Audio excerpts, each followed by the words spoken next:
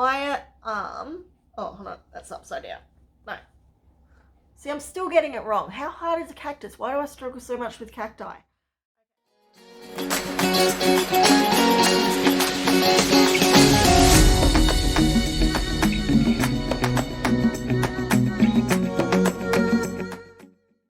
Hi guys, and welcome to the second episode of the Peach&Paige Podcast. My name is Jenna. I am the owner of Peach&Paige.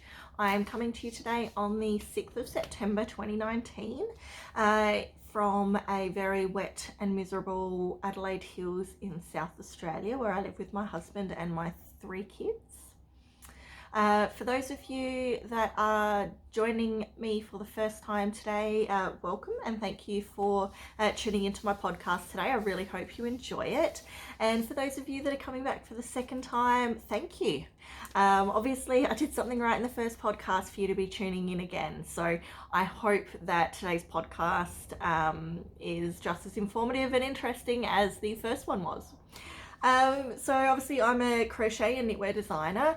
My website I'll put down here, and also I'm quite active on social media as well. So obviously I've got my Facebook and my Instagram, and I'm also on Etsy. If you do enjoy the podcast today, hopefully a bit shorter than last fortnight's was, please do hit the like and subscribe button, because that lets me know that I'm on the right track. I was really overwhelmed with the amount of love and support I got after my release of my first podcast 2 weeks ago. Obviously, for those of you that are following me would know that not everything went to plan. So I filmed on the Friday, and I was intending on having it up on the Sunday. I've never edited a video before, so I was really going in blind, and I had a laptop that was clearly no way capable of doing what I needed it to do.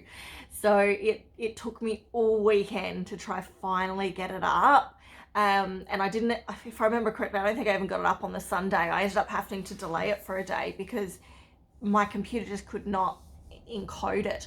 And I finally got it up on the Monday night. So excited, so nervous, didn't know how people were going to take it. Was anyone even going to bother watching?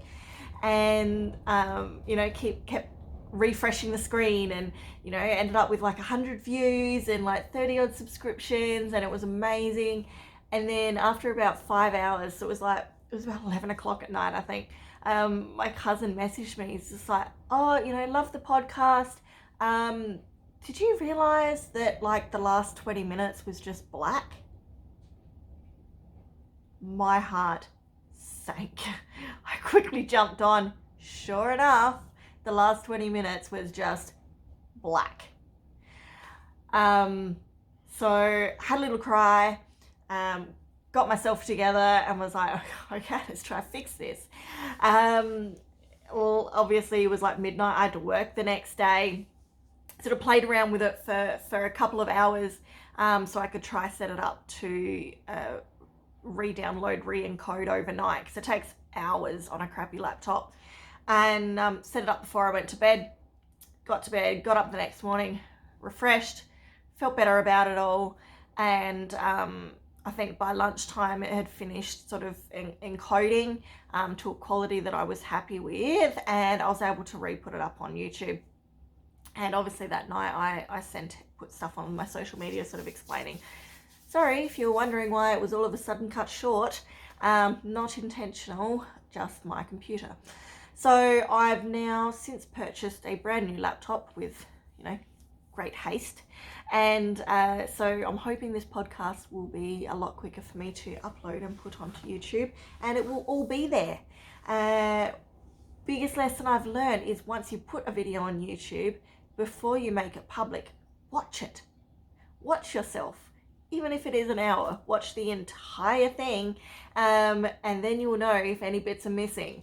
So I won't be making that mistake again. But hey, that's what this is all about, isn't it? Learning, creating, and at the end of the day, you guys are on this journey with me. So no harm done, and I learned a lot. It was great. So I hope you really enjoy the podcast today. Like I said, hopefully it won't be as long as last time. I've got some new things to show you. I've got some new yarn that I'm really keen to show you guys. And I really hope you like. Once again, please subscribe, and grab a beverage, grab your current whip, and sit down and enjoy the podcast.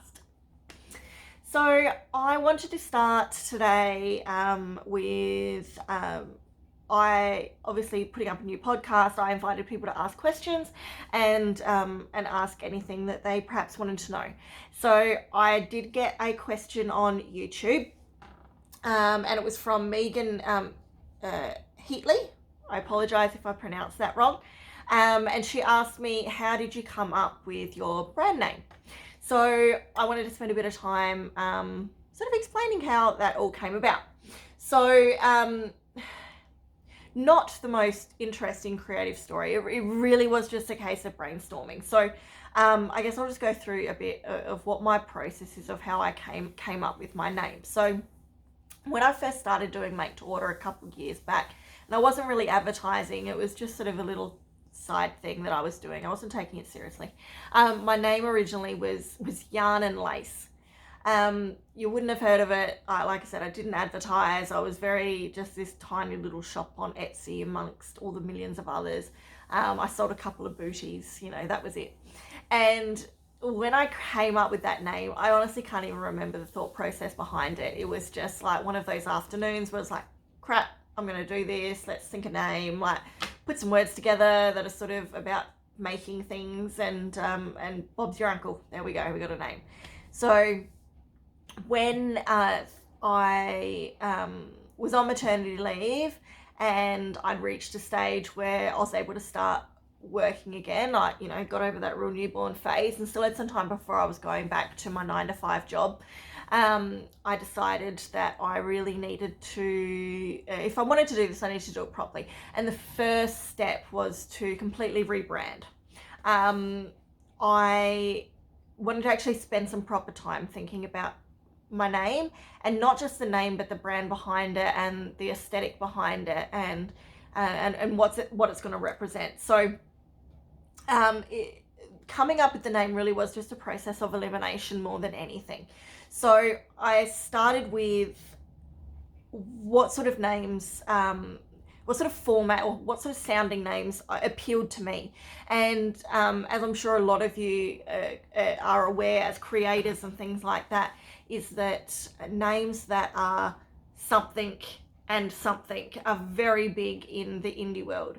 So having sort of two names and an and or an ampersand in between is the way to go at the moment. And I was really attracted to that, and I thought that represented me as another indie business, small business. Because remember, at this time I wasn't doing pattern making, I was made to order as well. So a lot of my favorite stores had similar sort of sounding names where it was two words with an and in between. So I was happy then and there, and obviously I had Yarn and Lace previously, so I knew then and there that was still the format that I wanted. So I'm like, all right, so I know what I want it to sort of sound like. So then it was a matter of what words, 2 words. I had to pick 2 words. And obviously something that sounded good together and matched my brand. So one lesson I learned, I suppose, from my first name that I didn't think through, and Peach&Paige, was what was really important to me was to make sure that my name wouldn't tie me down to anything. I'm a creator, which means I can go off on tangents. I'm not structured. I don't stick to one thing. And so I needed to make sure that if I was going to seriously try and build a brand, that my name would be something that I would be able to carry with me. So I wanted to avoid any names that had the word yarn or crochet or knit or anything like that in it. I wanted something that was purely generic, I suppose you'd call it.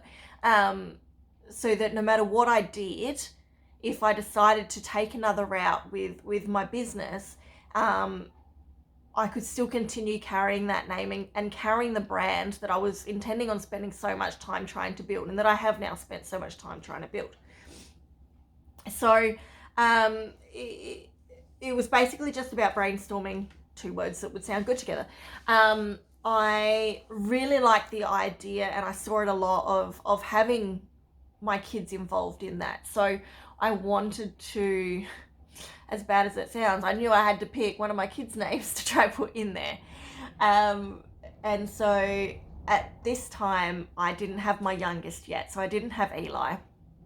So I just had Paige and Talia, my 2 daughters. And Talia, I found it a lot harder to match names with Talia, and because Talia is 3 syllables as well, it was making the names that I was putting together really quite lengthy and hard to say. Whereas Paige, it's 1 syllable. So I'm like, all right, kids, you've got this. Paige it is. No favorism, purely just how their name sounds, I promise you. So I knew I wanted Paige in it. So that eliminated 1 name. So then I just needed to find a word that sounded nice with Paige. So I just wrote a whole bunch of words down with different combinations of either something and Paige or Paige and something. And after reading them out loud and saying them out loud, I ended up deciding on Peach and Paige. They were both 1 syllable. They both started with P, so it sort of rolled off the tongue. And then it also fit in with my aesthetic, which has always been very light, white, bright, pastel colors. And so peach, obviously being also the name of a color, that color fit into my brand visually as well. So I knew I could then design a logo that had the peach color in it and had a peach in it, and it would all work. And basically that's it. That's how Peach and Paige came about. And it's just sort of stuck, and I still love it, and I haven't considered changing it or rebranding. I'm quite happy with anyone that started a business will know that, what you first put up and things change, and you sort of wish, I wish I had changed this or changed that. For now it's fine. I might rebrand later, like visually. But I'm quite happy with my Peach and Paige name. I think I'm going to stick with that. I don't think I'll rebrand again. So yeah, I hope that answered your question as to how I came up with my name. And if you ask that because you are trying to start a business or wondering about where do you start? How do you come up with a name? I hope that gave you a bit of an insight as to what my process was and how I came up with it. And realized that there's no magic involved. You just sort of, it was like naming your kids. You just sort of just keep brainstorming and going through names until something just feels right. And that's literally what I did. So if you do have questions regarding my business or knitting or crochet or anything like that, please do feel free to put comments down below, because I will certainly make an effort to mention them at the beginning of my next podcast, if not the podcast after. So please do. I love sharing and explaining how I came across things and how I got to where I am now, to help others, and a big part of this community is all helping each other to grow and discover, and this is the best way to do it is by sharing our experiences. So keep it coming. So I think that's a bit it for beginning admin stuff. So I'm gonna have a quick sip of my beverage of choice today, and we will get into my finished items. So I don't have, obviously, my finished items. I'm wanting to sort of show you guys what I've finished off from the previous fortnight. I didn't get nearly as much done as I was intending to. I sort of set myself a deadline. I'm like, all right, I got to get this done by the next podcast. Didn't happen. 2 main reasons. One, obviously the shambles of trying to get my first podcast up and running put me a few days behind schedule to begin with. I didn't expect it to literally take me all weekend just to edit my video. I thought it would be maybe a couple hours on Saturday afternoon, but it was mainly the speed of my computer and also having to put graphics together for the first time that I'm going to be able to reuse. So it's going to be a lot quicker going forward. But so that took up a lot of time, and then obviously there was the issue with it not uploading properly in the first place. So that put me behind schedule, and then I had a massive influx of about 15 yarn peg orders. So for those of you that aren't aware, I sell yarn pegs. So it's a recent venture that I've gone into. At the moment, I only sell paint box DK, acrylic. I am exploring avenues at the moment as to how to expand that, because I need to, I suppose, evaluate what's important to me. It's very time consuming, and I'm a designer. I'm not someone to sit there and do, wrap yarn around pegs. I can't enjoy that as much as I wish I did. So I am exploring some avenues because I know you guys absolutely love the yarn pegs. So I am looking at things at the moment, potentially partnering with someone else that may take on that kind of work for me, because there's obviously a market there and you guys love it. So what was I getting at? Oh, that's right. So that put me behind because I had like 15 boxes of yarn pegs to wrap. So I'm sitting there, my little creative mind ticking, thinking of about 1,000 patterns that I wanted to design, and I'm sitting there wrapping yarn pegs. So that put me behind by a week. So I've really only had a week to actually work on stuff. Nevertheless, I did get a few things finished. So the first thing I want to show you, that I showed you as a whip last week, and finished object, half finished object, is these. So I've only finished one, which is why I say finished object, half finished object. So I finally finished my first rainbow sock. So this was a yarn by Finch Yarns, I think it was. I wasn't sure of the colorway, in a four ply sock. So merino nylon blend. And I did a toe up sock with an afterthought heel on this one. So when you saw it last time, I think I was just past the point where I put my waist yarn in for my heel, and was working my way up towards the ribbing. So I finished the ribbing. I really should have done more ribbing, but I have very little patience, and so I was really running out of patience with this project. I'm like, I just want it done. I just want to do the heel. So I probably cut it a bit short. I learnt a new bind off, which is really cool. I've always used an Italian bind off with a Kitchener stitch, which can be really difficult. And I think I mentioned last time that I seem to do something wrong with that quite regularly, which I haven't quite worked out. I think it's in the setup rows, I'm slipping the stitches purlwise instead of knitwise, or vice versa. And half the time I get it right, half the time I don't. I just haven't quite pinpoint where it is that I go wrong. But this was a stitch, a bind off stitch that, because I was following the Nitty Natty toe up tutorials, and I'll put the link below. Brilliant. She's really good, really step by step. Like, this is brilliant beginner sock tutorial, right? And so she, I followed that word for word.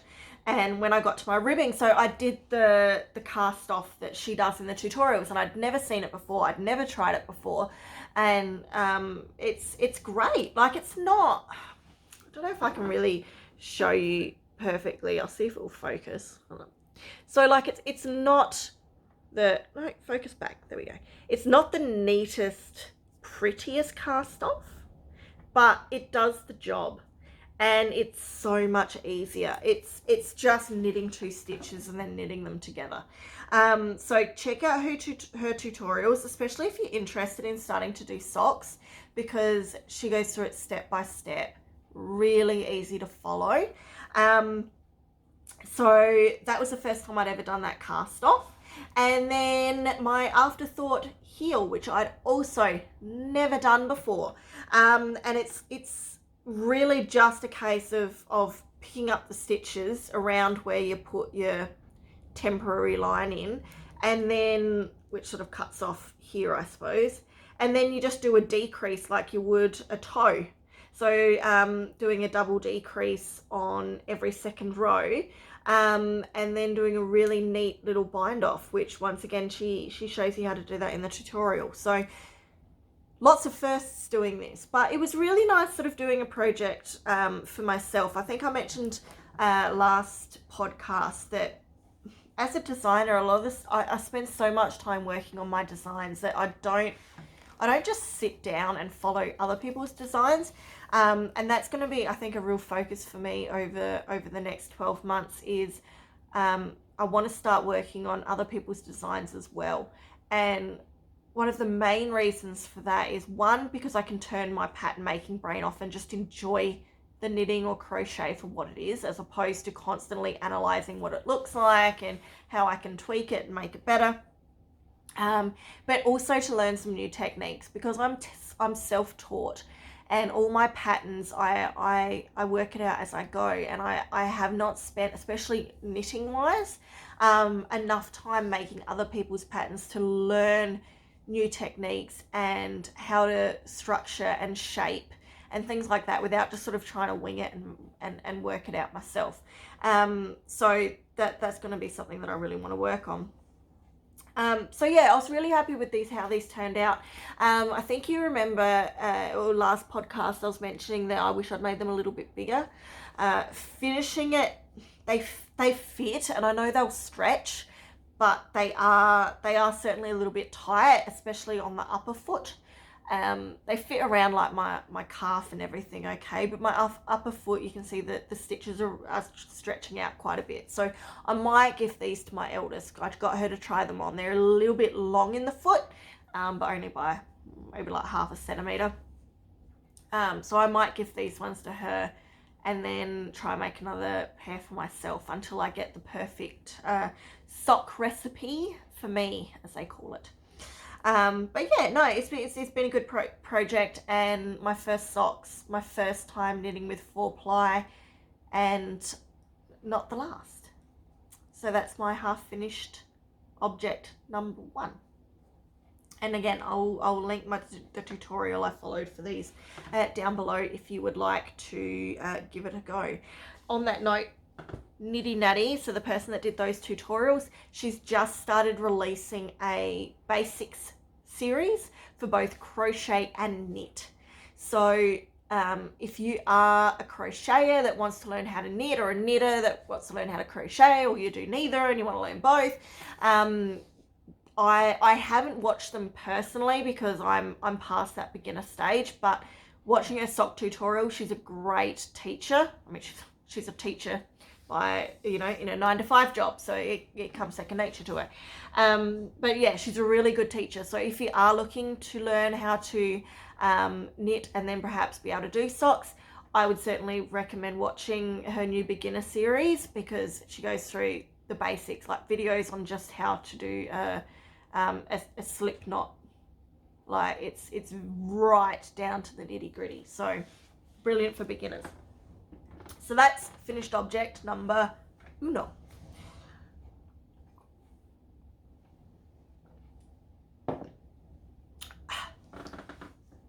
Finished object number, I don't know the Spanish word for 2.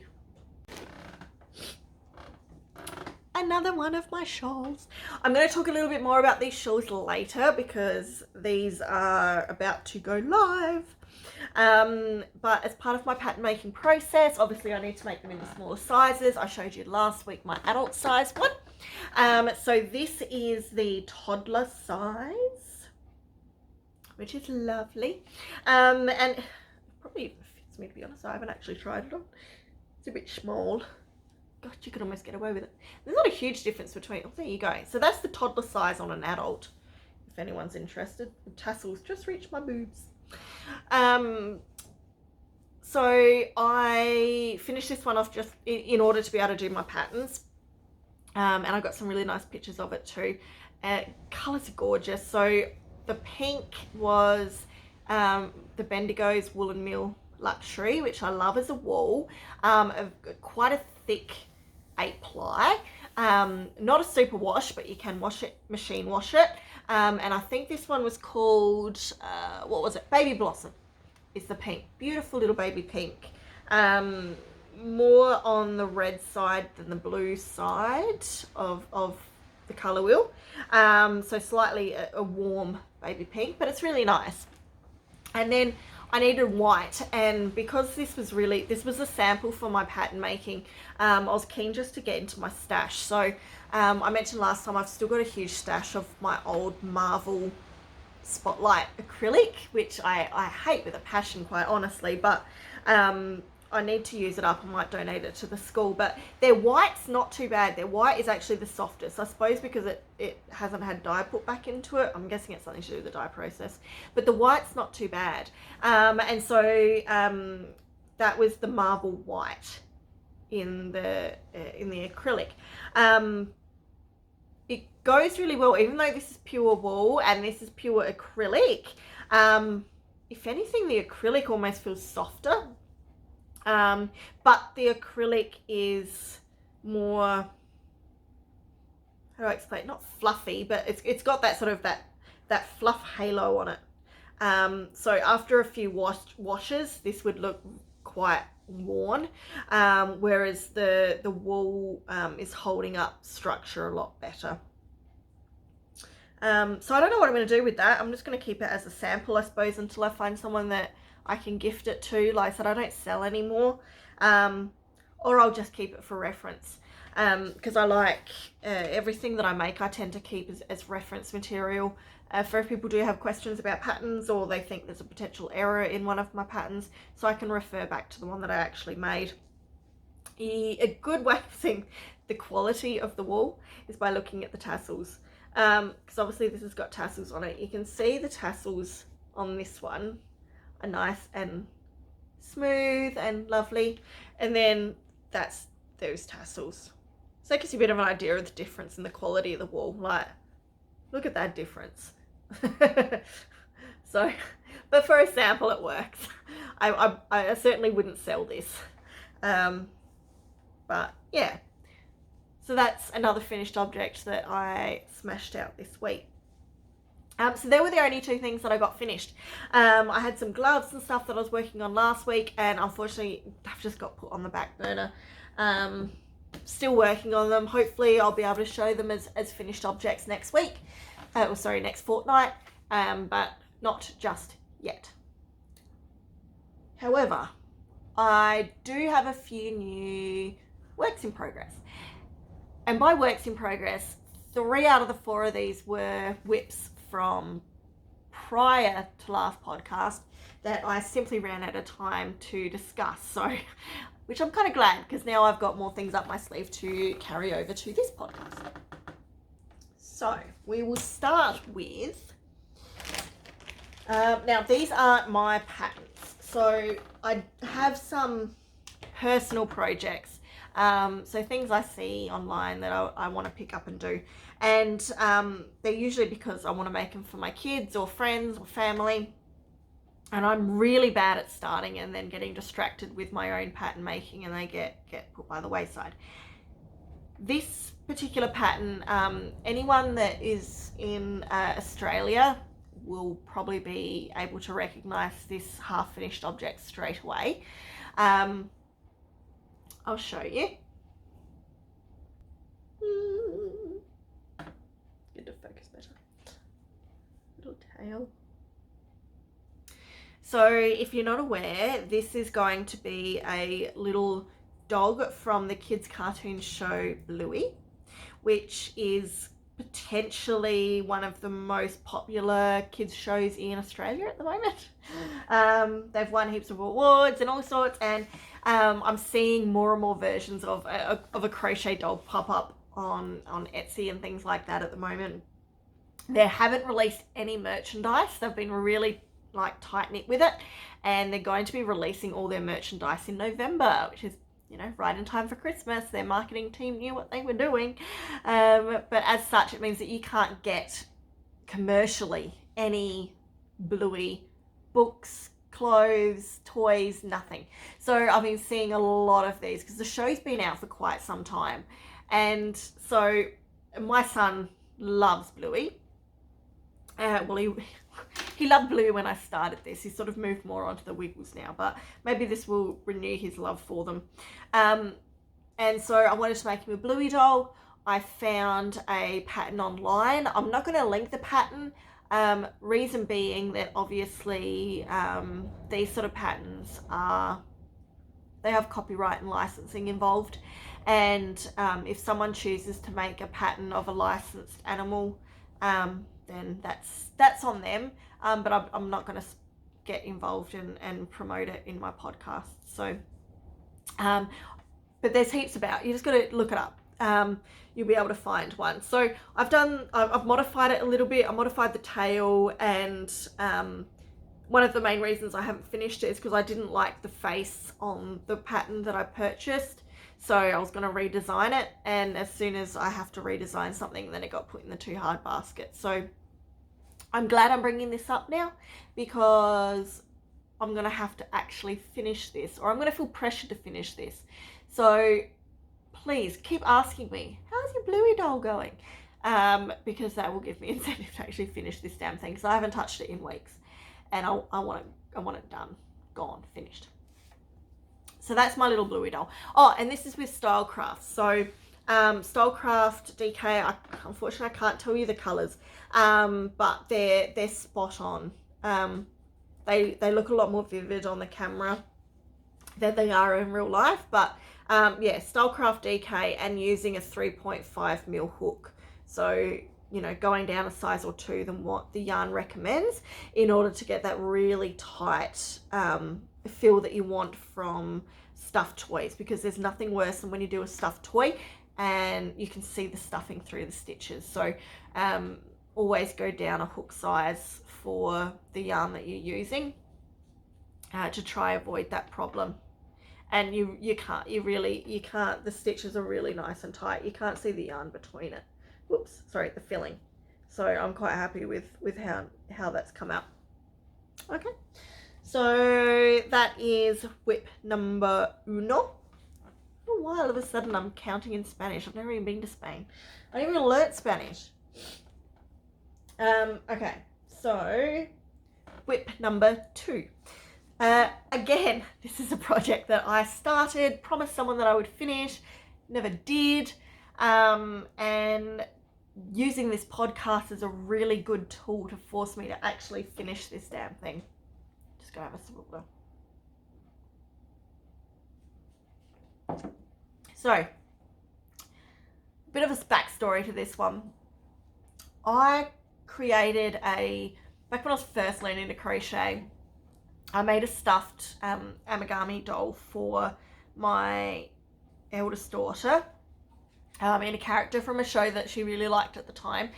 And I must have put it on Facebook, and my cousin contacted me and was like, oh, I need one of them, you've got to make me one. And I'm like, yeah, sure, no problem, I'll do that. And we're talking probably like 3 years ago, and the other day it came up, and he's like, whatever happened? You said you were going to make me that, and you never did. And so I swore then and there that I would do it. I did say that I would do it in 4 weeks. That was about 3-4 months ago, so I've already blown that out, but I'm going to do it. And now it's on podcast, and I know he watches this podcast because he's the one that told me that my last podcast was cut short. So if you're watching this, Ben, I'm doing it. And so that is a Jack Skellington. It's the character. So I've made all the parts, which is the easy bit.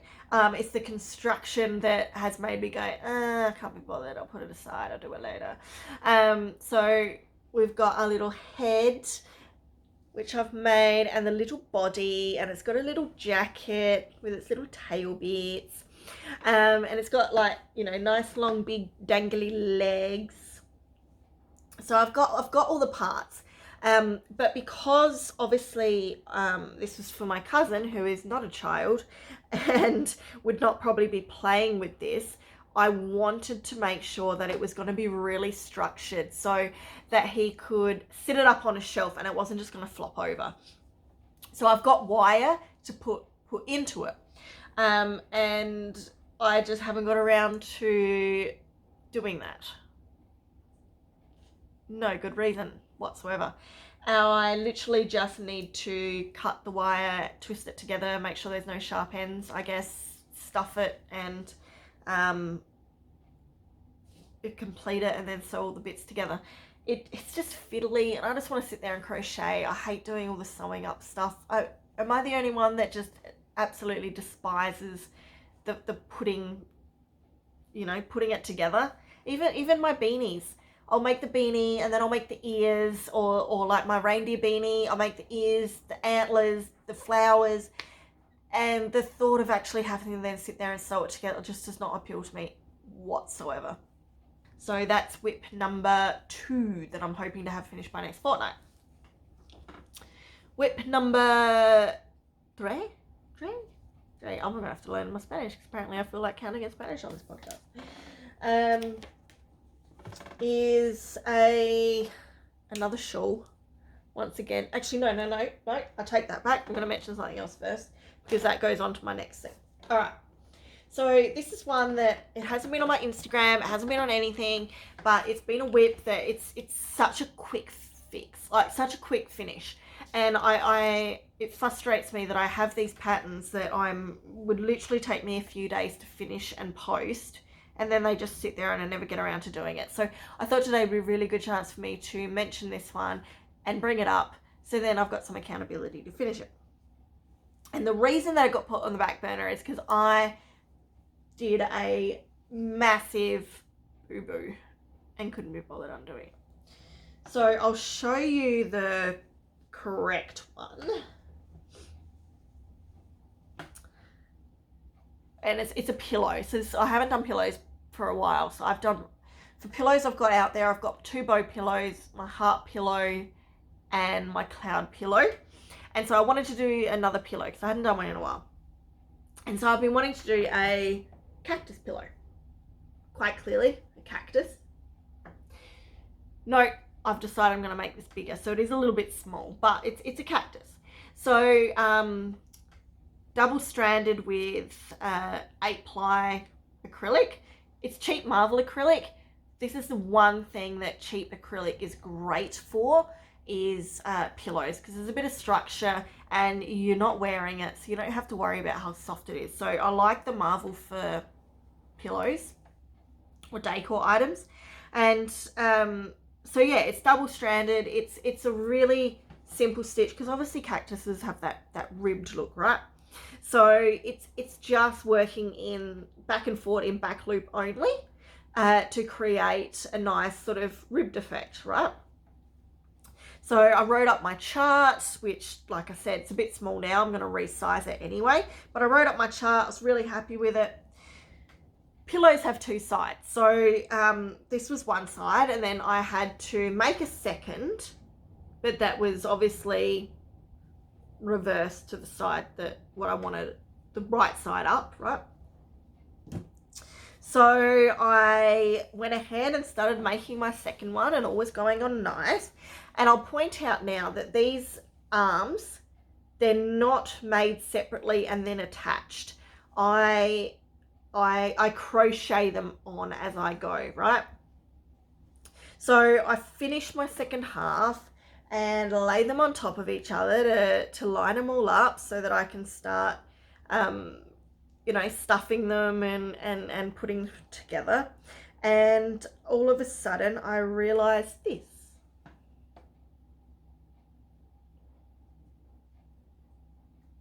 Do you see the problem? This entire arm, oh, hold on, that's upside down. No. See, I'm still getting it wrong. How hard is a cactus? Why do I struggle so much with cacti? Okay, so that's the right way up. This little arm here, upside down. He's doing this thing instead of this thing. And what's, like I said before, I don't attach these. I crochet them as I go. So I crocheted this entire arm onto it without realizing that I was doing it upside down. So naturally, when I discovered what I did, I threw it across the room and swore that I would never look at it again. And I haven't for probably 6 months. So I'm so nearly there. I've just got to resize the graph a little bit. Pillows are really easy. Nice, quick, easy patterns, which why I don't charge a whole lot for them.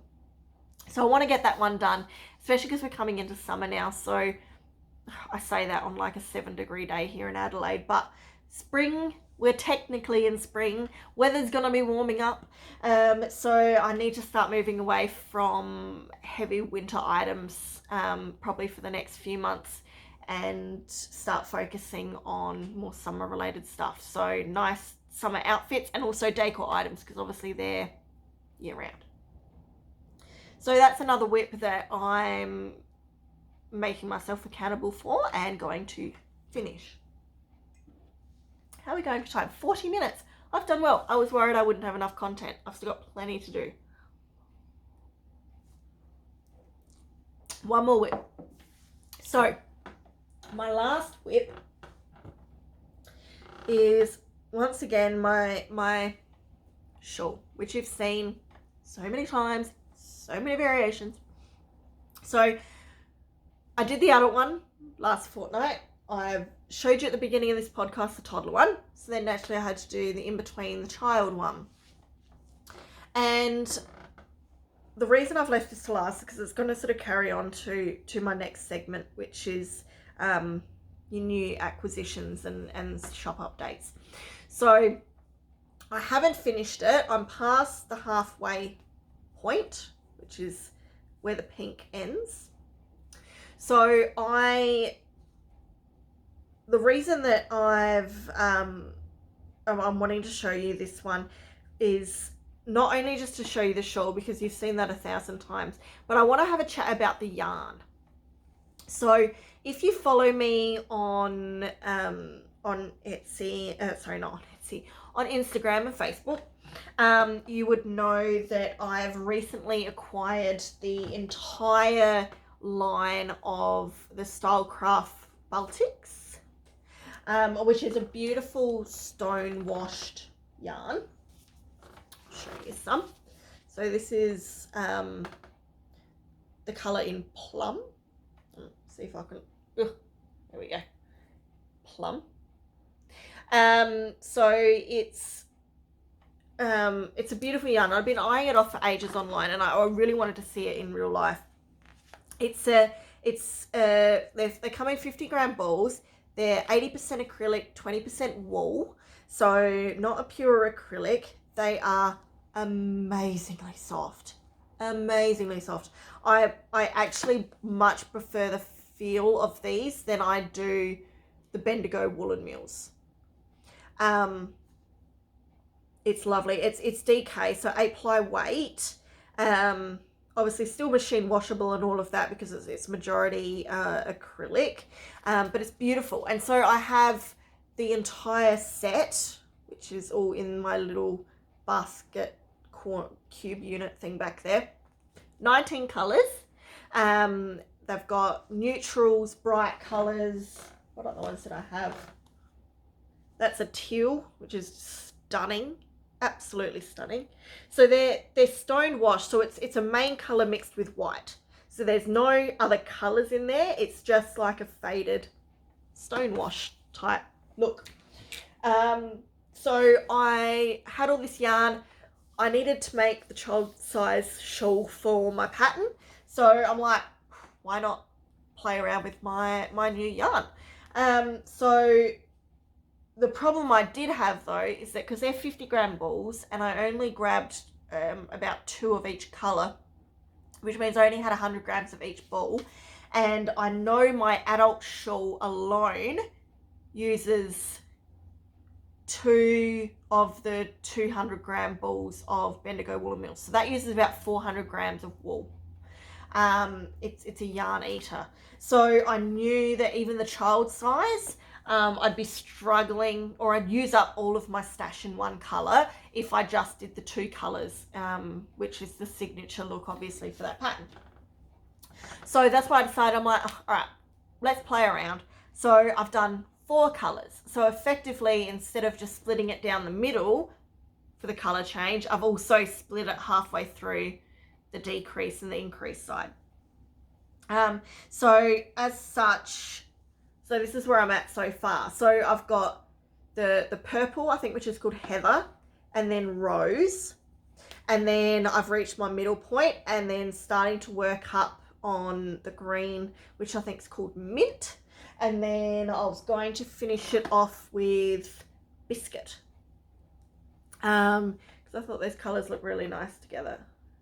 Sort of a nice muted pastel, and they blend really well because they've all got the white through them. So the white in the yarn helps the colors, even though they look like they're really contrasting colors, because that white carries through.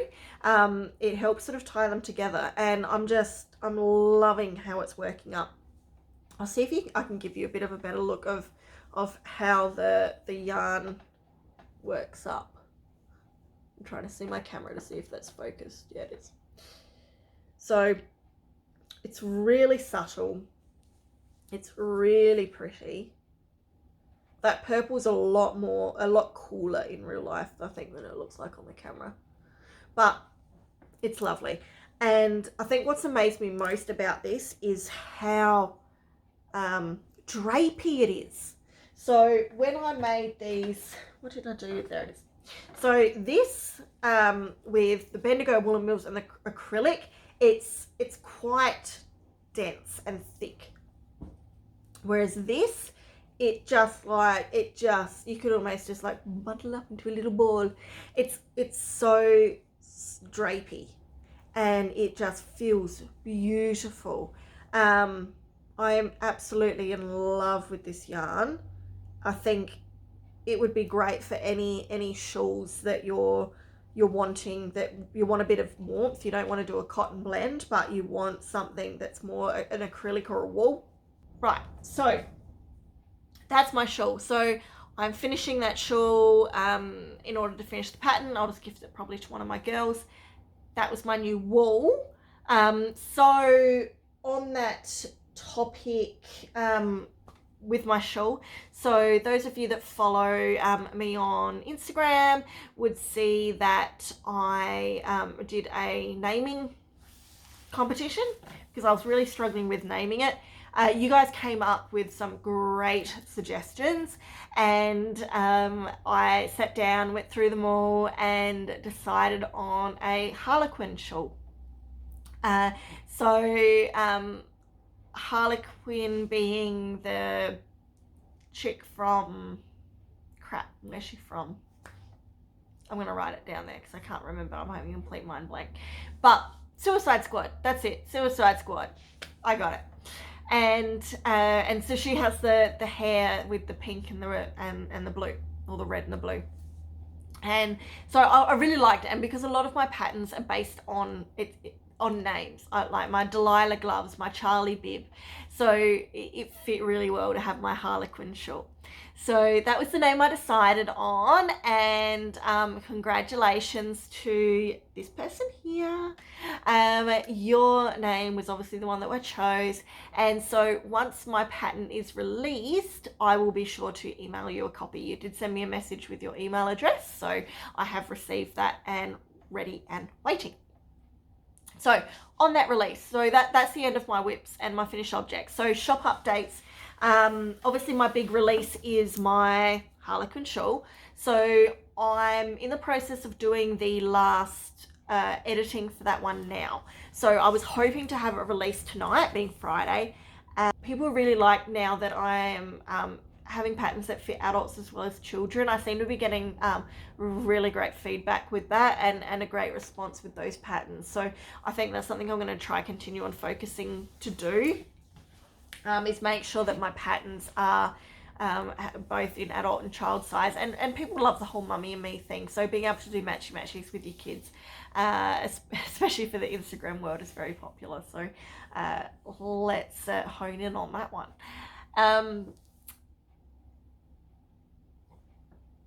What else did I want to discuss? No, there was one more thing that I wanted to bring up. So I bought this yarn a few weeks back. It's an 8-ply pure superwash merino. and I have no idea what to make with it. So I'm putting it back on you guys. I need some ideas. So this is the yarn. So I'll probably end up putting this as my promo picture as well. But so that's the yarn. It's a really nice, so it's by Collar Girl Collectives here in Adelaide. It's a DK weight 8 ply, superwash merino, 100 grams in Kindergarten Treasures. It's a beautiful, it's just a white or a neutral base with splashes of colour. Basically, there's everything in there. There's blues, pinks, yellows, in sort of this nice sort of splattered type yarn. But I have no idea what to make with it because I've only got one skein. So if you've got any ideas of what I can make with this, please let me know because I need help. I have no idea and I want to use it. And I've got my new yarn winder now. I've got one of the Knit Pro yarn winders, so I can wrap this one up into a nice little cake. And I just need to know what to do with it. So help me out. Now that is it with all my knitting and crochet stuff. So before I finish up, I just want to have a quick chat about just a bit of personal stuff. What else did I have? So it's been a fairly quiet 2 weeks. Like I said, I've been flat out doing yarn pegs and trying to get my podcast up and running. And obviously I work 4 days a week, 9 to 5, and raising 3 children. So I don't have heaps of spare time on my hands as far as going out and socializing and doing that stuff goes. So it really has been a quiet couple of weeks. A few things, it's a Royal Adelaide show at the moment. So here in Adelaide, we've got our Royal show on. My kids are there today, so their great grandparents take them to the show every year, and today was their day off school to go to the show. So their grandparents have taken them down there today. It has been pissing with rain all morning. We are now at, what are we? About 3:15 in the afternoon now. And it's actually starting to look nice outside. So I'm hoping that they're going to get a nice afternoon because this morning would have been awful. And I know they were going to plan on staying there all day and hopefully stay for the fireworks. So I'm quite happy to see that the weather seems to be easing up a little bit and they might actually get to enjoy their day. But they were determined. Waterproof ponchos and all, they were going to the show. So that's where my girls are at today. Eli is in bed as usual because that's the best time for me to do the podcast. I haven't quite worked out going forward what my plan of attack's going to be because obviously I do this podcast while he's asleep. So I have no idea how I'm going to do it once he drops his nap. He was 2 in July, so he's 2 and a bit. And he still has a good solid 3-hour nap in the afternoon. I don't know how much longer that's going to last for. So we'll tackle that bridge when we get there, hey? So that's what's going on with my kids. I've got a hair appointment tomorrow morning, which is a very long time coming. So as you've probably worked out, I like my brightly coloured hair. It was a really pale pink until 2 weeks ago, and I couldn't get into my hairdressers, and I had my first podcast coming up. So I went through my stash of hair dye that I had in my bathroom and found a lilac purple. I thought that'll be fine. That'll touch it up until my hair appointment, which I had at that point then booked for 2 weeks' time, so tomorrow. So I just needed something to get me through. So I put this lilac purple on, and for those of you that didn't see my podcast last week, I'm going to put a little picture up here of how ridiculously purple my hair was. That was not lilac. Not lilac. That was bright bloody purple. So my hair just absorbed it like a sponge, and it's almost getting to a nice lilac-y colour now. So I've finally got my hair appointment tomorrow. So Gonna get it colored again, so it will be very different next podcast. So I'll probably be going back to my pastels. I'm hoping that we can bleach it out enough that I can go back to blonde and have a bunch of pastel pink and pastel blue and purple and like unicorn hair put through. So if it's all successful, I'll be sure to put a picture up in my Instagram story, because it's probably going to be faded by next podcast anyway. That's just how timing is. So that's what's happening for me, and then the rest of my weekend's going to be pretty quiet, and the next week is back to usual. Then we've got about 3 weeks left until school holidays, but I'll probably be working through this school holidays, so my kids will just be in vacation care anyway. And that's about it. Looking forward to this weather starting to warm up a little bit. We're almost 2 weeks into spring now, and we haven't seen any of it. We haven't had any days that have got close to 20 degrees yet. I prefer the cold weather, I won't lie. I don't cope well with the heat. The heat does horrible things to me.